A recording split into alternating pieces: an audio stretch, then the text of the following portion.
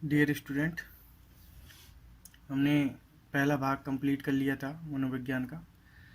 ये दूसरा अध्याय है और पहले भाग में हमने 20 क्वेश्चन वन लाइन के कंप्लीट किए थे।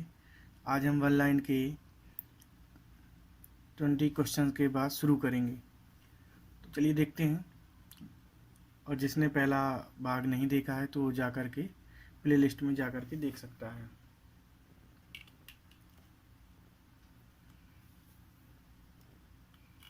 ये वन लाइन क्वेश्चन की सीरीज चल रही है, तो चलिए देखते हैं। Question number 20।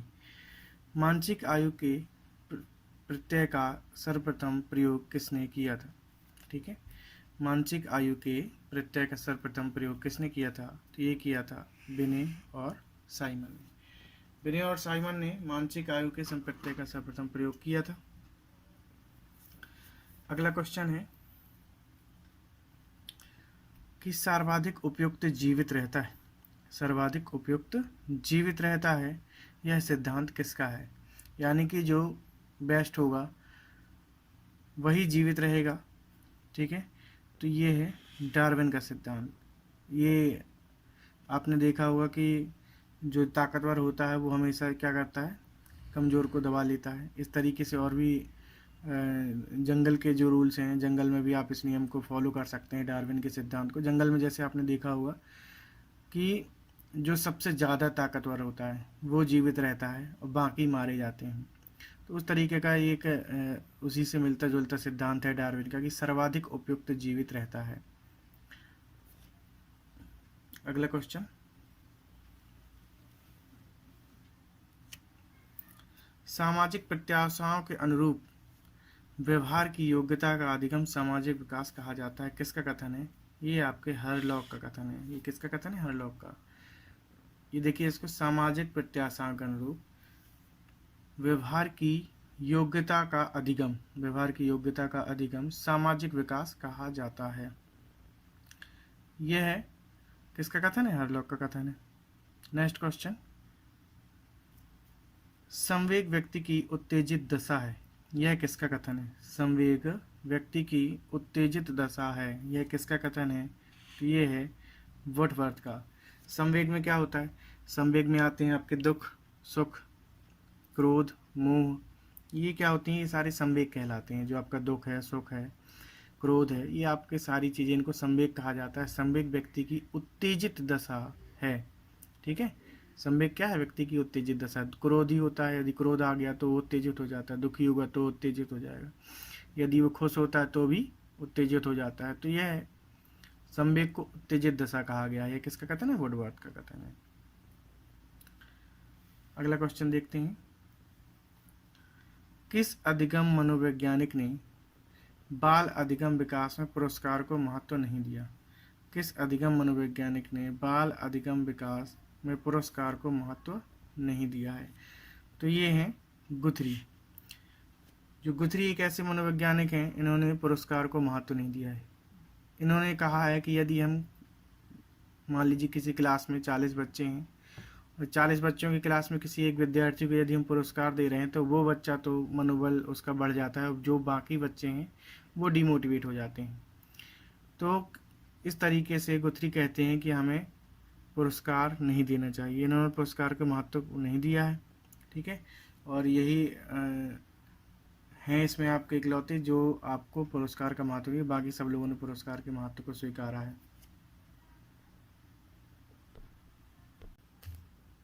तो चलिए अगले क्वेश्चन की तरफ चलते हैं। अगला क्वेश्चन है, प्याजे मुख्यतः किसके लिए जाने जाते हैं? प्याजे मुख्यतः किसके लिए जाने जाते हैं? तो प्याजे मुख्यतः ज्ञानात्मक विकास के लिए जाने जाते हैं। प्याजे किसके लिए जाने जाते हैं? ज्ञानात्मक विकास के लिए जाने जाते हैं। ये जो ज्ञानात्मक विकास है, इसको हम संज्ञानात्मक विकास भी कह सकते हैं। इसको क्या कह सकते हैं? संज्ञानात्मक विकास।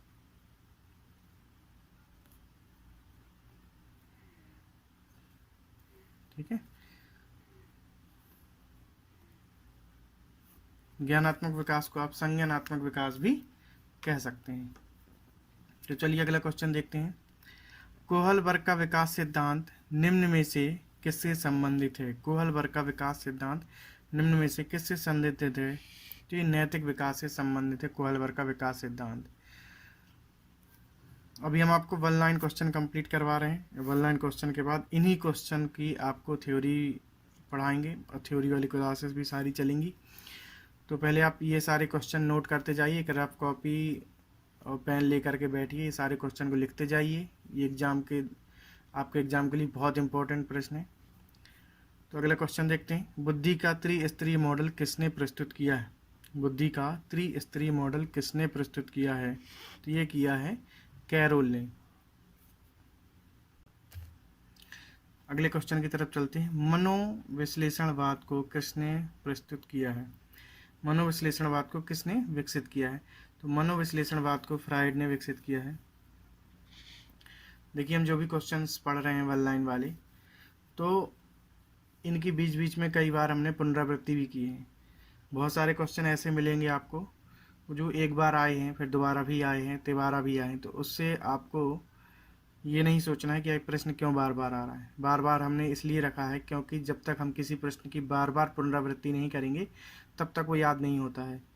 तो कई प्रश्न इसमें, अधिकतर प्रश्न आपको बार बार मिलेंगे, जिससे आपका रिवीजन होता जाता है। और जब आप एग्ज़ाम के टाइम इसको पढ़ेंगे, तो जब ये 3 बार लिखा रहेगा, 4 बार लिखा रहेगा अलग अलग जगह पर, तो जब आप रिवीजन के समय रिवीजन करोगे तो 3-4 बार एक साथ पढ़ जाओगे।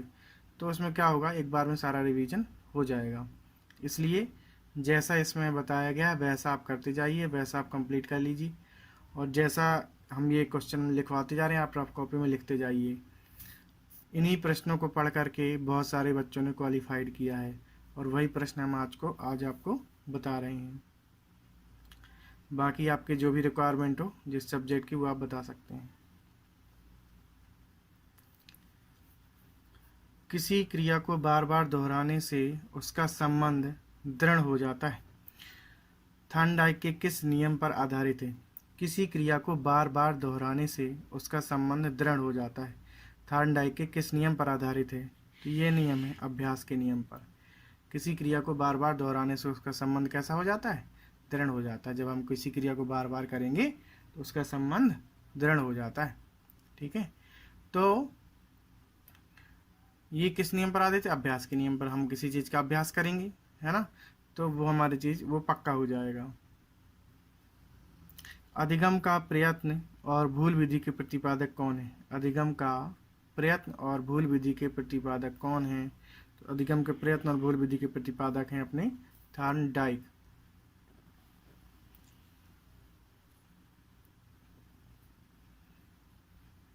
अगला क्वेश्चन। संवेग व्यक्ति की उत्तेजित या तीव्र अवस्था है, किसका कथन है? संवेग व्यक्ति की उत्तेजित या तीव्र अवस्था है, किसका कथन है? तो ये है वुडवर्थ का। संवेग व्यक्ति की उत्तेजित और तीव्र अवस्था, यह वुडवर्थ का कथन है। अगला क्वेश्चन। बच्चे भाषा सीखने की क्षमता के साथ पैदा होते हैं, यह किसका कथन है? जो बच्चे होते हैं भाषा सीखने की क्षमता के साथ पैदा होते हैं, ये नॉम चॉम्स्की का कहना है। नॉम चॉम्स्की का कहना है कि बच्चे जो हैं भाषा सीखने की क्षमता के साथ पैदा होते हैं। ऐसा इन्होंने इसलिए कहा है क्योंकि जो पक्षियों के बच्चे होते हैं, जो जानवरों के बच्चे होते हैं, वो बड़े होने के बाद भी भाषा नहीं सीख पाते हैं। केवल मनुष्य के बच्चे जो हैं ये भाषा सीख पाते हैं, यानी कि इनमें पैदाइशी गुण होता है भाषा सीखने का, और ये जन्म से ही मनुष्य को वरदान भाषा सीखने का मिला हुआ होता है। इसलिए नॉम चॉम्स्की कहते हैं कि बच्चा भाषा सीखने की क्षमता के साथ पैदा होता है। प्रबलन के सिद्धांत के प्रतिपादक कौन है? प्रबलन के सिद्धांत के प्रतिपादक कौन है? तो प्रबलन के सिद्धांत के प्रतिपादक हैं हल। अगला क्वेश्चन। बालक के संज्ञानात्मक विकास से संबंधित संज्ञानात्मक मानचित्र का प्रत्यय किसने दिया था? बालक के संज्ञानात्मक विकास से संबंधित संज्ञानात्मक मानचित्र का प्रत्यय किसने दिया? तो ये दिया है बंडूरा ने। ठीक है, क्वेश्चन नंबर 34। बालक के संज्ञानात्मक विकास से संबंधित संज्ञानात्मक मानचित्र का प्रत्यय किसने दिया? बंडूरा ने दिया है। Question number 35। अंतर्दृष्टि सिद्धांत के प्रवर्तक कौन है? तो अंतर्दृष्टि सिद्धांत के प्रवर्तक हैं कोहलर। Question number 36। संज्ञानात्मक विकास पर किसने अपने सिद्धांत प्रस्तुत किए हैं? संज्ञानात्मक विकास पर किसने अपने सिद्धांत प्रस्तुत किए हैं? तो संज्ञानात्मक हमने आपको पहले ही बता दिया, संज्ञान का मतलब समझ होता है, यानी कि समझ के विकास पर किसने अपने सिद्धांत प्रस्तुत किए हैं। तो संज्ञानात्मक विकास पर जिनने अपने सिद्धांत प्रस्तुत किए हैं, तो पहला नाम जो आता है जीन पियाजे, ब्रूनर और वाइगोत्स्की। इन तीनों ने संज्ञानात्मक विकास पर अपने सिद्धांत प्रस्तुत किए। हालांकि जो पहला नाम निकल के आता है जीन पियाजे का ही है। संज्ञानात्मक विकास या ज्ञानात्मक विकास की जब भी बात की जाएगी तो आपको सबसे पहले जीन पियाजे देखना है ऑप्शन में। जीन पियाजे अगर ऑप्शन में नहीं तो आप ब्रूनर देखोगे, ब्रूनर नहीं है तो वाइगोत्स्की देखोगे। मेन इसके जीन पियाजे हैं। संज्ञानात्मक विकास में इसके 4 अवस्थाएं होती हैं और 4 अवस्थाओं में अलग अलग इसकी क्वालिटीज़ होती हैं। तो वो हम डीप में जब थ्योरी की क्लास लेंगे, थ्योरिकल जब डीप में पढ़ेंगे तब उसके बारे में चर्चा करेंगे। अभी 1 लाइन चल रहा है तो आप 1 लाइन लिखते जाइए, फिर बाद में आप थ्योरी से चलते हैं। अगला क्वेश्चन,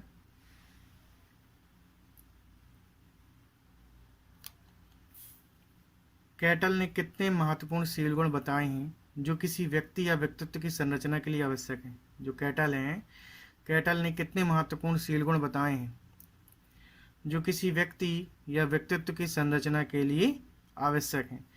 तो ये 16 बताए हैं कैटल ने। अगर देखिए क्वेश्चन ऐसा भी पूछा जा सकता है, कैटल ने कितने महत्वपूर्ण शील गुण सिद्धांत बताए हैं। ठीक है, तो अगर आपसे केवल इतना पूछा गया है कि कैटल ने कितने महत्वपूर्ण शील गुण बताए हैं तो आप बता सकते हो 16। लेकिन इसमें एक चीज़ और इंक्लूड की गई है कि किसी व्यक्ति या व्यक्तित्व की संरचना हेतु आवश्यक है। जो 16 शील गुण हैं ये किस लिए आवश्यक हैं? ये किसी व्यक्ति के व्यक्तित्व की संरचना हेतु आवश्यक हैं। ठीक है, क्वेश्चन नंबर 38। क्वेश्चन नंबर 38 है, स्टैनबर्ग ने अपने त्रितंत्र बुद्धि सिद्धांत में कौन कौन से घटक शामिल किए हैं?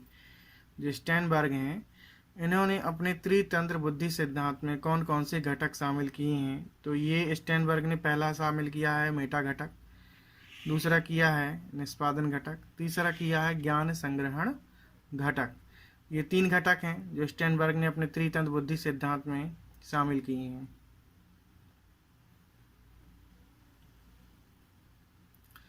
क्वेश्चन नंबर 39, किस मनोवैज्ञानिक ने सीखने के 8 प्रकारों को श्रृंखलाबद्ध यानी कि पिरामिड के रूप में किया है? किस मनोवैज्ञानिक ने सीखने के 8 प्रकारों को श्रृंखलाबद्ध यानी कि पिरामिड के रूप में किया है? तो ये हैं आपके गेगनी। गेगनी ने पिरामिड के रूप में जो है कि श्रृंखलाबद्ध किया है सीखने के 8 प्रकारों को। क्वेश्चन नंबर 40, पिछड़ा बालक वह है जो अपने अध्ययन के बीच में अपना कक्षा कार्य जो उसकी आयु के अनुसार एक कक्षा नीचे का है करने में असमर्थ रहता है। किसका कथन है? पिछड़ा बालक वह है जो अपने अध्ययन के बीच में अपना कक्षा कार्य जो उसकी आयु के अनुसार एक कक्षा नीचे का है करने में असमर्थ रहता है। किसका कथन है? तो ये है बर्ट का। इनका कहना ये है कि अगर कोई बच्चा कक्षा 10 में पढ़ रहा है और कक्षा 9 का काम करने में वो असमर्थ है, कर नहीं पा रहा है, तो वो क्या है? पिछड़ा बालक उसको अपन कह सकते हैं। ये बर्ट ने कहा था, इसको भी ध्यान रखना और इसको नोट करते जाइए। क्वेश्चन नंबर 41, गार्डनर के बहुबुद्धि सिद्धांत में सबसे अंत में क्या जोड़ा गया था? गार्डनर के बहुबुद्धि सिद्धांत में सबसे अंत में क्या जोड़ा गया था? तो गार्डनर के बहुबुद्धि सिद्धांत में सबसे अंत में अस्तित्ववादी बुद्धि को जोड़ा गया था। स्पीयरमैन के द्विकारक बुद्धि सिद्धांत में यदि जी कारक का स्तर ऊंचा हो तो व्यक्ति कैसा होगा? स्पीयरमैन के द्विकारक बुद्धि सिद्धांत में यदि जी कारक का स्तर ऊंचा हो तो व्यक्ति कैसा होगा? अधिक बुद्धिमान होगा।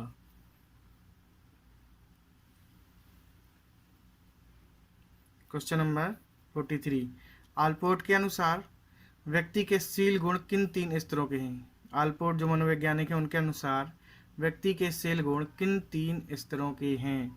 तो जो व्यक्ति के शील गुण हैं वो हैं प्राथमिक, गौण और केंद्रीय।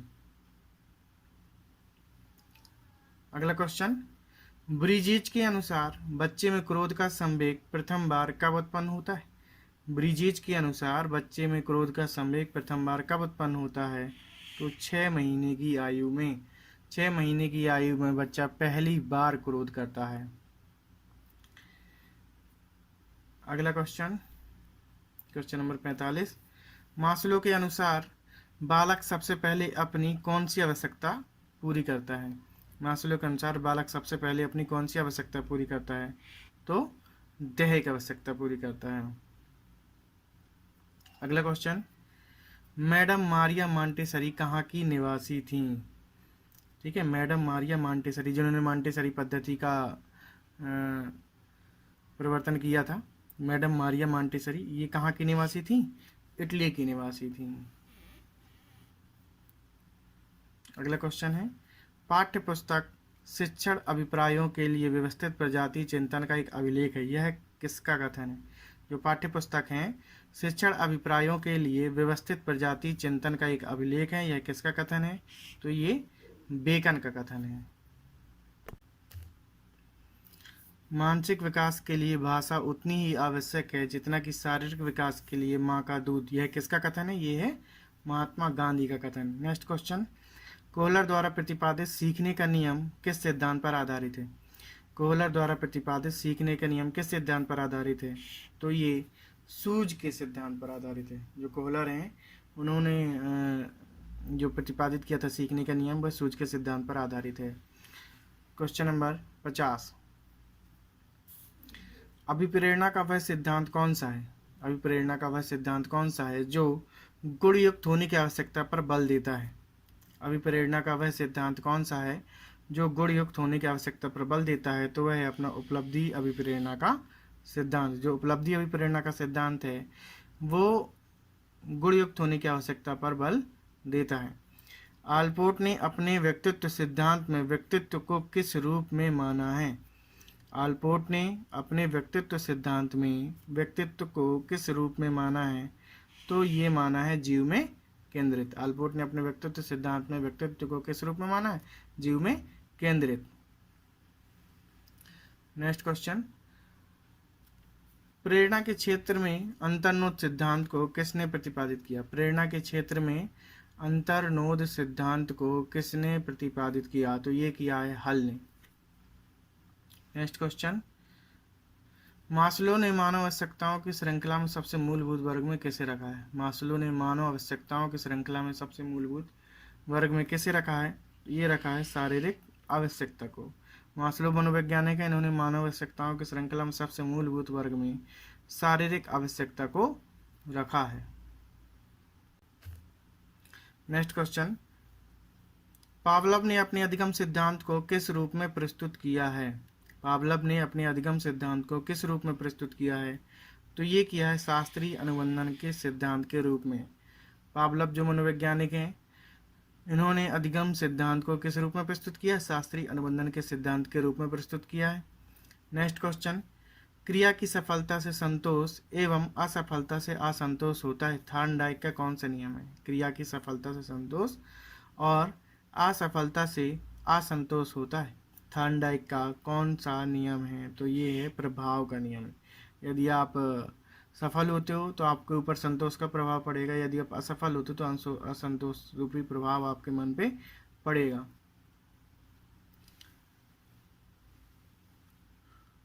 अगला क्वेश्चन, क्वेश्चन नंबर 56, सीखने की उद्दीपक प्रतिक्रिया सिद्धांत के प्रतिपादक कौन है? सीखने के उद्दीपक प्रतिक्रिया सिद्धांत के प्रतिपादक कौन है? तो ये हैं थॉर्नडाइक। ठीक है, तो इस चीज़ को याद रखना, सीखने के उद्दीपक प्रतिक्रिया सिद्धांत के प्रतिपादक कौन है? तो ये थॉर्नडाइक हैं। यानी कि जो उद्दीपक होता है, यानी कि जो भी हमें चीज़ चाहिए होती है उसको उद्दीपक कहते हैं, चाहे वो भोजन हो या फिर कोई हमारी आवश्यकता की जो चीज़ हो, उसको देख करके जो प्रतिक्रिया होती है और उससे जो हम सीखते हैं उसका प्रतिपादन, उसको कहते हैं उद्दीपक प्रतिक्रिया सिद्धांत। ठीक है, तो उसका प्रतिपादन किया था थॉर्नडाइक ने। क्वेश्चन नंबर 57, स्पीयरमैन तथा थॉर्नडाइक द्वारा प्रतिपादित बुद्धि सिद्धांतों का स्वरूप किसके जैसा है? स्पीयरमैन तथा थॉर्नडाइक द्वारा प्रतिपादित बुद्धि सिद्धांतों का स्वरूप किसके जैसा है? तो इसका आंसर है मात्रात्मक और गुणात्मक पक्ष के जैसा। स्पीयरमैन तथा थॉर्नडाइक द्वारा प्रतिपादित बुद्धि सिद्धांतों का स्वरूप किसके जैसा है? मात्रात्मक और गुणात्मक पक्ष के जैसा है। अगला क्वेश्चन, क्वेश्चन नंबर 58। मैकडूगल के अनुसार अभिप्रेरणा की व्याख्या किस आधार पर की जा सकती है? मैकडूगल के अनुसार अभिप्रेरणा की व्याख्या किस आधार पर की जा सकती है? जन्मजात मूल प्रवृत्तियों के आधार पर। मैकडूगल के अनुसार अभिप्रेरणा की व्याख्या किस आधार पर की जा सकती है? ये की जा सकती है जन्मजात मूल प्रवृत्तियों के आधार पर। ठीक है, मैकडूगल एक मनोवैज्ञानिक है, उन्होंने अभिप्रेरणा की व्याख्या करी थी, किस आधार पर करी थी? जन्मजात मूल प्रवृत्तियों के आधार पर। और मूल प्रवृत्तियाँ जन्म से ही होती हैं, बाकी अर्जित की जाती हैं। ठीक है, क्वेश्चन नंबर 59। युंग द्वारा दिए गए व्यक्तित्व के वर्गीकरण में कौन सा वर्ग शामिल है? युंग द्वारा दिए गए व्यक्तित्व के वर्गीकरण में कौन सा युंग द्वारा दिए गए व्यक्तित्व के वर्गीकरण में कौन सा वर्ग शामिल है? तो युंग ने जो व्यक्तित्व का वर्गीकरण दिया है इसमें 3 शामिल हैं, अंतर्मुखी, बहिर्मुखी और मध्यमुखी। अंतर्मुखी वो होता है जिसको इंग्लिश में इंट्रोवर्ट कहते हैं, और ये व्यक्ति कम बोलता है और जो भी बात होती है मन में ही रखा रहता है, किसी के सामने बोलता नहीं है। बहिर्मुखी मन में कोई बात नहीं रखता, बोल देता है। और मध्यमुखी जो होता है, इसको, ये जो मध्यमुखी होता है इसके हम जो है कि उभयमुखी भी कह सकते हैं। क्या कह सकते हैं? उभयमुखी। ठीक है, इसको उभयमुखी भी कह सकते हैं। तो उभयमुखी जो व्यक्ति होता है, ये जब आवश्यक इसको लगेगी कोई बात कि हाँ ये आवश्यक है, बोलना चाहिए, तो ये बोलता है, और आवश्यकता नहीं पड़ने पर नहीं बोलता है। यानी कि ये शांत भी रहता है और बोलता भी है। तो ये जो आपका उभयमुखी है, तीनों में से 1 2 3 तीनों में से ये उभयमुखी को सबसे बेस्ट माना गया है। Question number 60। व्यक्तित्व के मनोसामाजिक सिद्धांत का प्रतिपादन किसने किया? व्यक्तित्व के मनोसामाजिक सिद्धांत का प्रतिपादन किसने किया है? तो ये एरिक्सन ने किया है। तो डियर स्टूडेंट्स, ये हमारे 60 क्वेश्चन आज मनोविज्ञान वन लाइनर के कंप्लीट हो गए हैं, और 19 क्वेश्चन हमने पहली वीडियो में कंप्लीट किए थे। तो जिसने वो 19 क्वेश्चन नहीं देखे तो उसमें जा करके देख लें। और यदि आपको वीडियो ये पसंद आ रही, सारे क्वेश्चन पसंद आए, तो आप वीडियो को लाइक कर दीजिए, सब्सक्राइब करिए, और अपने बाकी स्टूडेंट्स जो तैयारी कर रहे हैं उनको भी शेयर कर दीजिए। और जो भी आपके रिक्वायरमेंट हो या फिर कहीं पे कमी समझ में आ रही हो वीडियो में, तो उसको ज़रूर बताइए ताकि हम उसको सुधार सकें। और जो सब्जेक्ट आपको पढ़ना है इसके अलावा, मनोविज्ञान के अलावा, वो भी आप कमेंट में बता सकते हैं कि ये सब्जेक्ट हमें रिक्वायरमेंट है, उस सब्जेक्ट की वीडियो आपको मिलेगी। हर सब्जेक्ट में आप कोई भी सब्जेक्ट बता सकते हैं। तो चलिए, मनोविज्ञान का ये दूसरा पार्ट था, पहले अध्याय का दूसरा पार्ट। हर अध्याय में हम 100 क्वेश्चन कंप्लीट करेंगे। इस तरीके से करीब 1000 क्वेश्चन हमें कंप्लीट करना है, ताकि आने वाले समय में टेट और सुपर टेट दोनों को हम क्वालिफाइड कर सकें। कम से कम 1000 क्वेश्चन की बात कर रहे हैं, ज़्यादा से ज़्यादा हम लोग 2-3 हज़ार क्वेश्चन भी कंप्लीट करेंगे। तो चलिए, जुड़े रहिए हमारे साथ। 60 क्वेश्चन हमने कंप्लीट कर लिए हैं पहले अध्याय का तीसरा भाग की वीडियो आपको कल मिलेगी। इसके सारे क्वेश्चन आप रफ में लिख लीजिए।